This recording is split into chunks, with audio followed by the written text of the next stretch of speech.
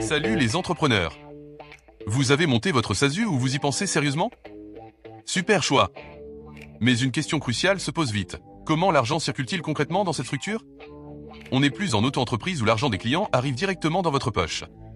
Avec une SASU, c'est différent, c'est plus structuré, et c'est aussi plus optimisable. Dans cette vidéo, on va décortiquer les bases du circuit financier de votre SASU, depuis la facturation jusqu'aux bénéfices, sans oublier la part de l'État. C'est la première étape indispensable pour une gestion sereine et efficace. Accrochez-vous, on plonge dans les chiffres. Avant de parler chiffres, posons les bases. Pourquoi est-ce si vital de piger ce circuit? Imaginez votre SASU comme un organisme. Pour qu'elle vive et prospère, il faut comprendre comment son sang, l'argent, circule.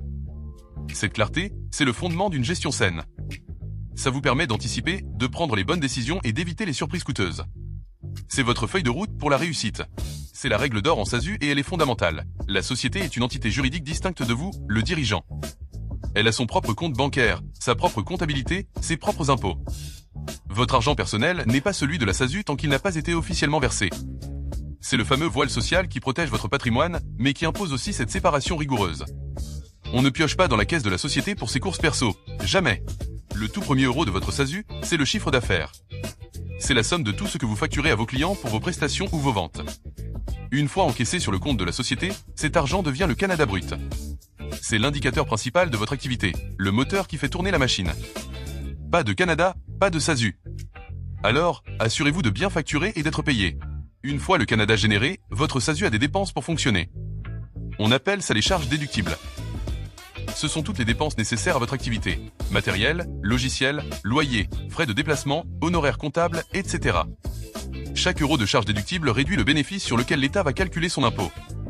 C'est une première forme d'optimisation fiscale. Mais attention, gardez tous vos justificatifs.